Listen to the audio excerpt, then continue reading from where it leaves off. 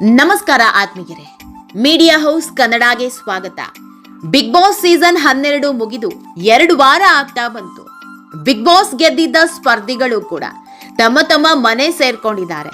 ಆದ್ರೂ ಕೂಡ big boss craze ಕಮ್ಮಿ ಆಗಿಲ್ಲ. ಬಿಗ್ ಬಾಸ್ ಸೀಸನ್ 12ರ ಅಬ್ಬರವನ್ನ ಇನ್ನೂ ಯಾರಿಂದ ಕಮ್ಮಿ ಮಾಡೋದಿಕ್ಕೆ ಆಗ್ತಾ ಇಲ್ಲ. ಅದರಲ್ಲೂ ಗಿಲ್ಲಿ ಮೇಲಿನ ಅಭಿಮಾನದ ಸುನಾಮಿ ದಿನೇ ದಿನೇ ಜಾಸ್ತಿ ಆಗ್ತಾನೆ. ಗಿಲ್ಲಿಯನ್ನ ಕರುನಾಡಿನ ಸೂಪರ್ ಸ್ಟಾರ್ ಅಂತ ಹೊತ್ತು ಮೆರೆಸ್ತಿದ್ದಾರೆ. ಜಸ್ಟ್ 4 ತಿಂಗಳ ಹಿಂದೆ ಗಿಲ್ಲಿ ಒಬ್ಬ ಸಾಮಾನ್ಯ ವ್ಯಕ್ತಿ, ಆದ್ರೀಗ ಕರ್ನಾಟಕದ ಪಾಲಿನ ಸೂಪರ್ ಸ್ಟಾರ್. ಬಿಗ್ ಬಾಸ್ ಮನೆಗೆ ಹೋಗಿದ್ದು ಗಿಲ್ಲಿ ಅದೃಷ್ಟವೇ ಬದಲಾಗಿ ಹೋಗಿದೆ. ಬಹುಶಃ ಅವರ ಕನಸು ಮನಸ್ಸಲ್ಲೂ ಊಹಿಸಿರ್ಲಿಲ್ಲ ಅನ್ಸುತ್ತೆ. ಅಷ್ಟರ ಮಟ್ಟಿಗೆ ಪ್ರೀತಿ ಅಭಿಮಾನ ಸಿಕ್ಕಿದೆ. ಆದ್ರೆ ಇದೇ ಈಗ ಅತಿಯಾಗೋದಕ್ಕೆ ಶುರುವಾಗಿದೆ. ಗಿಲ್ಲಿ ಬಗ್ಗೆ ಅವರ ಅಭಿಮಾನಿಗಳು ಆಡ್ತಾ ಇರೋ ಅತಿರೇಕದ ವರ್ತನೆ ನೋಡ್ತಾ ಇದ್ರೆ ನಿಜಕ್ಕೂ ಬೇಸರ ತರಿಸ್ತಾ ಇದೆ. ಅಭಿಮಾನ ಇರಬೇಕು, ಆದ್ರೆ ಹುಚ್ಚು ಅಭಿಮಾನ ಇರಬಾರ್ದು. ಇದನ್ನ ಎಲ್ಲರೂ ಮರೆತಂತೆ ಕಾಣ್ತಾ ಇದ್ದಾರೆ. ಯಾಕಂದ್ರೆ ಗಿಲ್ಲಿಯನ್ನ ನೋಡ್ಬೇಕು, ಗಿಲ್ಲಿ ಜೊತೆ ಮಾತನಾಡಬೇಕು ಅಂತ ಹುಚ್ಚರಂತೆ ನುಗ್ಗಿ ಬರ್ತಾ ಇದ್ದಾರೆ. ಆದ್ರೆ ಈ ಆಕ್ರೋಶ, ಈ ಆವೇಶದಲ್ಲಿ ತಮಗೇನಾದ್ರೂ ಆದ್ರೆ ತಮಗೂ ಒಂದು ಸಂಸಾರ ಇರುತ್ತೆ, ತಮಗೂ ಒಂದು ಕುಟುಂಬ ಇರುತ್ತೆ. ಅವರ ಗತಿ ಏನು ಅನ್ನೋ ಸಣ್ಣ ಯೋಚನೆ ಕೂಡ ಮಾಡ್ತಾ ಇಲ್ಲ. ಹೀಗಾಗಿ ಈಗ ಗಿಲ್ಲಿ ಪರಿಸ್ಥಿತಿ ಮನೆಯಿಂದ ಹೊರ ಬರೋದಕ್ಕೆ ಹೆದರುವಂತಾಗಿದೆ. ಅದರಲ್ಲೂ ತಲೆ ಮರೆಸಿಕೊಂಡು ಓಡಾಡ್ತಾ ಇದ್ದಾರೆ. ಇದೆಲ್ಲದ್ರ ಬಗ್ಗೆ ಇವತ್ತಿನ ವಿಡಿಯೋದಲ್ಲಿ ಹೇಳ್ತಾ ಹೋಗ್ತೀವಿ. ಅದಕ್ಕೂ ಮೊದಲು ನೀವಿನ್ನೂ ನಮ್ಮ ಚಾನೆಲ್ನ ಸಬ್ಸ್ಕ್ರೈಬ್ ಮಾಡಿಲ್ಲ ಅಂದರೆ ಮಿಸ್ ಮಾಡಬೇಡಿ, ಈಗಲೇ ಸಬ್ಸ್ಕ್ರೈಬ್ ಮಾಡಿ. ಈ ವಿಡಿಯೋನ ಕೊನೆವರೆಗೂ ನೋಡಿ, ನಿಮ್ಮ ಅನಿಸಿಕೆಗಳನ್ನು ಕಾಮೆಂಟ್ ಮಾಡಿ.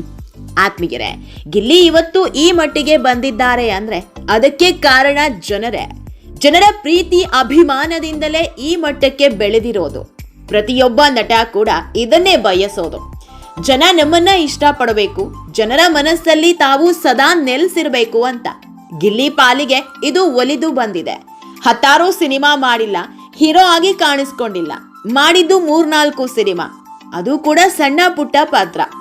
ಆದ್ರೆ ಬಿಗ್ ಬಾಸ್ ಅನ್ನೋ ಒಂದು ಕಾರ್ಯಕ್ರಮ ಗಿಲ್ಲಿ ಜೀವನವನ್ನೇ ಬದಲಿಸಿದೆ. ಗಿಲ್ಲಿ ಇವತ್ತಿನ ಮಟ್ಟಿಗೆ ಸೂಪರ್ ಸ್ಟಾರ್. ಈ ಕ್ರೇಜ್ ಅದೆಷ್ಟು ದಿನ ಇರುತ್ತೋ ಗೊತ್ತಿಲ್ಲ. ಯಾಕಂದ್ರೆ ಬಿಗ್ ಬಾಸ್ ಮನೆಯ ಹವಾ ತುಂಬಾ ದಿನ ಉಳಿಯಲ್ಲ. ಈ ನೇಮು ಫೇಮು ತುಂಬಾ ದಿನ ಬರೋದೂ ಇಲ್ಲ. ಉದಾಹರಣೆಗೆ ಈ ಹಿಂದೆ ಹೆಸರು ಮಾಡಿದ್ದ ಹನುಮಂತ, ಪ್ರಥಮ್, ಡ್ರೋನ್ ಪ್ರತಾಪ್ ಇವರೆಲ್ಲರಿಗೂ ಇದೇ ರೀತಿಯ ಪ್ರೀತಿ ಸಿಕ್ಕಿತ್ತು. ಅಭಿಮಾನಿಗಳು ಹೊತ್ತು ಮೆರೆಸಿದ್ರು. ಆಮೇಲೆ 3-4 ತಿಂಗಳಾಗ್ತಾ ಇದ್ದಂತೆ ಎಲ್ಲವೂ ನಾರ್ಮಲ್ ಆಗಿ ಹೋಗಿತ್ತು. ಹೀಗಾಗಿ ಈ ಕ್ರೇಜ್ ಕೂಡ ಬಹಳ ದಿನ ಉಳಿಯುತ್ತೆ ಅಂತ ಹೇಳೋದಿಕ್ಕಾಗಲ್ಲ. ಆದ್ರೆ ಗಿಲ್ಲಿ ಪಾಲಿಗೆ ಇದು ಹುಡ್ಕೊಂಡ್ ಬಂದಿರೋ ಅದೃಷ್ಟ. 2 ದಿನದ ಹಿಂದೆ ಚನ್ನಪಟ್ಟಣದಲ್ಲಿ ಗಂಗೋತ್ಸವ ಏರ್ಪಡಿಸಿದ್ರು. ಈ ಕಾರ್ಯಕ್ರಮಕ್ಕೆ ಗಿಲ್ಲಿ ಜೊತೆ ಕಾವ್ಯ ಸೇರಿದಂತೆ ಹಲವು ಸ್ಪರ್ಧಿಗಳು ಆಗಮಿಸಿದ್ರು. ಇದೇ ಕಾರ್ಯಕ್ರಮದಲ್ಲಿ ಡಿಕೆಶಿ ಸೇರಿದಂತೆ ಹಲವು ನಾಯಕರು ಕೂಡ ಆಗಮಿಸಿದ್ರು. ಆದ್ರೆ ಸೆಂಟರ್ ಆಫ್ ದಿ ಅಟ್ರಾಕ್ಷನ್ ಆಗಿದ್ದು ಮಾತ್ರ ಗಿಲ್ಲಿ ಬರ್ತಾ ಇದ್ದಂತೆ ಜನರ ಕೂಗಾಟ, ಚೀರಾಟ ಮುಗಿಲು ಮುಟ್ಟಿತ್ತು. ಕಾರ್ಯಕ್ರಮ ಶುರುವಾಗ್ತಾ ಇದ್ದಂತೆ ಜನರನ್ನ ಕಂಟ್ರೋಲ್ ಮಾಡೋದೇ ಕಷ್ಟ ಆಗಿತ್ತು. ಒಂದಿಷ್ಟು ಅಭಿಮಾನಿಗಳು ವೇದಿಕೆ ಕಡೆ ನುಗ್ಗಿ ಹೋಗಿದ್ದಾರೆ. ಈ ವೇಳೆ ಅಲ್ಲೇ ಇದ್ದ ಪೊಲೀಸರು ಹಾಗೂ ಕಾರ್ಯಕ್ರಮ ಆಯೋಜಕರನ್ನು ಎಳೆದು ಬಿಸಾಡಿದ್ದಾರೆ. ಈ ಸನ್ನಿವೇಶ ನೋಡ್ತಾ ಇದ್ದ ಗಿಲ್ಲಿ ಒಂದು ಕ್ಷಣ ಮಂಕಾಗಿ ಹೋಗಿದ್ರು. ಇಂಥ ಆಕ್ರೋಶ, ಇಂಥ ಉತ್ಸಾಹ ಬೇಕು. ಗಿಲ್ಲಿಯನ್ನ ಗೆಲ್ಸಿದ್ದು ಜನರೇ, ಆದ್ರೀಗ ಗಿಲ್ಲಿ ಜನರ ಕೈಗೆ ಸಿಗದಂತಾಗಿದ್ದಾರೆ. ಇದಕ್ಕೆ ಕಾರಣವೂ ಜನರೇ. ಈ ರೀತಿ ಹುಚ್ಚಾಟ ಆಡ್ತಾ ಇದ್ರೆ ಹೇಗೆ ತಾನೇ ಜನರ ಮುಂದೆ ಬರೋದಿಕ್ಕಾಗುತ್ತೆ ಹೇಳಿ? ಗಿಲ್ಲಿಗೆ ಮೇಲಿಂದ ಮೇಲೆ ಕಾರ್ಯಕ್ರಮ ಸಿಗ್ತಾ ಇದೆ. ಬಿಗ್ ಬಾಸ್ ಮುಗಿದ ಮೇಲೆ ಒಂದು ದಿನವೂ ಮನೆಯಲ್ಲಿಲ್ಲ. ಆ ಕಾರ್ಯಕ್ರಮ, ಈ ಕಾರ್ಯಕ್ರಮ ಅಂತ ಓಡಾಡ್ತಾನೆ ಇದ್ದಾರೆ. ಗಿಲ್ಲಿ ಬರ್ತಾರೆ ಅಂತ ಗೊತ್ತಾದ್ರೆ ಸಾಕು, ಸಾವಿರಾರು ಜನ ಸೇರ್ತಾ ಇದ್ದಾರೆ. ಅಭಿಮಾನ ಇರಬೇಕು, ಆದ್ರೆ ಹುಚ್ಚು ಅಭಿಮಾನ ಇರಬಾರ್ದು ಅಷ್ಟೇ.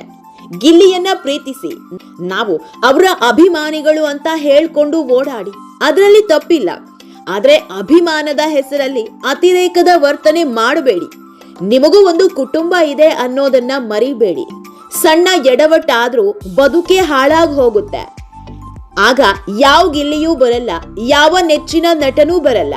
ನಿಮ್ಮ ಬದುಕಿಗೆ ನೀವೇ ಜವಾಬ್ದಾರರು ಅಷ್ಟೇ. ಇದನ್ನ ಹೇಳ್ಬೇಕನ್ನಿಸ್ತು, ಹೇಳಿದ್ದೀವಿ. ಉಳಿದಿದ್ದು ನಿಮಗ್ ಬಿಟ್ಟಿದ್ದು. ಆತ್ಮೀಯರೇ, ಈ ವಿಡಿಯೋ ನಿಮಗೆ ಇಷ್ಟವಾದಲ್ಲಿ ಲೈಕ್ ಮಾಡಿ, ಶೇರ್ ಮಾಡಿ, ಕಾಮೆಂಟ್ ಮಾಡಿ. ಇನ್ನೂ ನಮ್ಮ ಚಾನೆಲ್ನ ಸಬ್ಸ್ಕ್ರೈಬ್ ಮಾಡಿಲ್ಲ ಅಂದರೆ ಮಿಸ್ ಮಾಡಬೇಡಿ, ಈಗಲೇ ಸಬ್ಸ್ಕ್ರೈಬ್ ಮಾಡಿ.